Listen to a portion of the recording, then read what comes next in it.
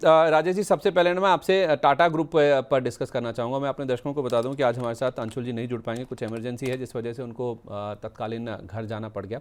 तो हम उनके साथ हैं, सपोर्ट ऐसे ही कर सकते हैं और तो किसी के लिए हम क्या मदद करेंगे।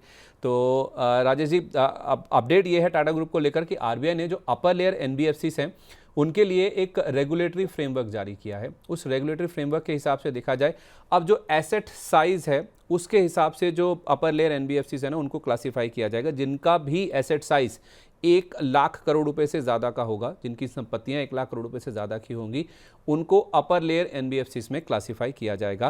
पहले अगर आप देखेंगे तो स्कोरिंग जो मेथड है उसका इस्तेमाल आरबीआई की ओर से किया जाता था। अब 1 लाख करोड़ रुपए की जो एसेट साइज है उसकी जो समीक्षा है, जो इसका रिवीजन है, वो हर 3 साल में होगा। पहले इसे 5 साल में किया जाता था और ये तुरंत प्रभाव से, यानी कि कल जब ये दिशा निर्देश आए हैं तभी से ही 24 जून से ही ये लागू होते हुए नजर आ गए हैं। अब इसका सीधा सरोकार अगर आप देखेंगे राजेश जी, तो वो है टाटा सन्स की लिस्टिंग पर।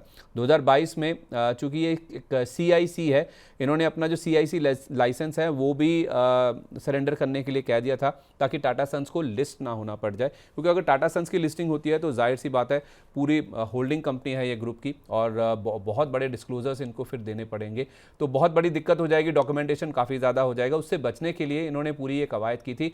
अब सर, ये जो कल रूल्स आए हैं उससे ये तो क्लियर नहीं हुआ कि इनको राहत मिल गई है या ये लिस्ट नहीं होंगे, लेकिन हाँ ये ज़रूर है कि कुछ हद तक अब ये क्लैरिटी लेना बाकी है कि क्या इनके ऊपर फिर से वो अनिवार्य वो जो 3 साल का विंडो था कि अगर 2022 में खबर आई थी 2025 तक लिस्ट होना था, वैसी कोई सिचुएशन बनेगी नहीं बनेगी। हालांकि इस ग्रुप के 2 स्टॉक्स आप देखेंगे ना, ये इंडिकेट कर रहे हैं कि शायद ये लिस्टिंग के लिए इनके लिए रास्ता और आसान होता हुआ दिख रहा है। इसमें टाटा केमिकल्स एक है और दूसरा इसमें एक स्टॉक और भी है जो कि टाटा ग्रुप का काफ़ी एक्टिव है। आई थिंक टाटा इन्वेस्टमेंट है या कोई और स्टॉक है। तो सर, ये जो खबर आई है पहले ज़रा इसको थोड़ा अगर आप समझा सकें कि टाटा सन्स की लिस्टिंग के हिसाब से इसको कैसे देखा जाए।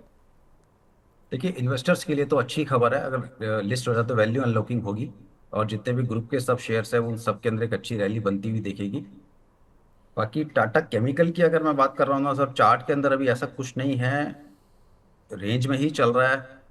लेकिन नीचे में सपोर्ट 720 रुपये का है, ऊपर में एक बार 780 के ऊपर की क्लोजिंग अभी तक आई नहीं है। एक बार 780 के ऊपर की क्लोजिंग अगर आ जाती है वॉल्यूम के साथ तो ये काउंटर एक नई दिशा में जाने को पूरा तैयार हो जाएगा। तो फिलहाल अभी कुछ नहीं करेंगे, आप 780 के ऊपर के क्लोजिंग का वेट करें। आज भी ऊपर में 775 मार करके और अभी थोड़ा सा नीचे ही चल रहा है, तो वेट करें 780 के ऊपर की क्लोजिंग, फ्रेश बाय। और नीचे में आपको 730 के आसपास मिलता है तो 715 के स्टॉप लॉस के साथ भी बाय। 715 ब्रेक हो गया तो फिर इसके जो उम्मीद है वो खराब हो जाएगी, फिर और लोअर साइड आपको देखने को मिल सकते हैं। ठीक है, टाटा कैम को 730 पर खरीदिए, 715 रुपये का stop loss. Arun ji, Tata investment देखिए, इसी खबर के आधार पर ये जो नए नॉर्म्स आए हैं आरबीआई की ओर से, अगर आप थोड़ा आप भी इस पर रोशनी डाल सकें।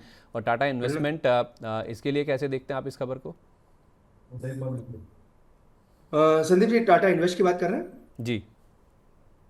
संदीप जी, टाटा इन्वेस्ट की जहाँ तक बात है, एक प्रॉपर रेंज में है, 650 और 720 के बीच में। 720 के ऊपर ब्रेकआउट है तो 720 निकलेगा तभी एक मोमेंटम पॉजिटिव मुझे लग रहा है नजर आना चाहिए। पर चार्ट एक्सेलेंट है, कोई दिक्कत नहीं है, मुझे लग रहा है ब्रेकआउट आना चाहिए। कोई प्रिएम्प्टिव बाई करना चाहता है तो भी 660 का स्टॉप लॉस लगाना चाहिए। 660 का स्टॉप लॉस लगा के ले सकता है, पर मोमेंटम 720 के ऊपर बड़ा स्टॉक पे देखने को मिल सकता है।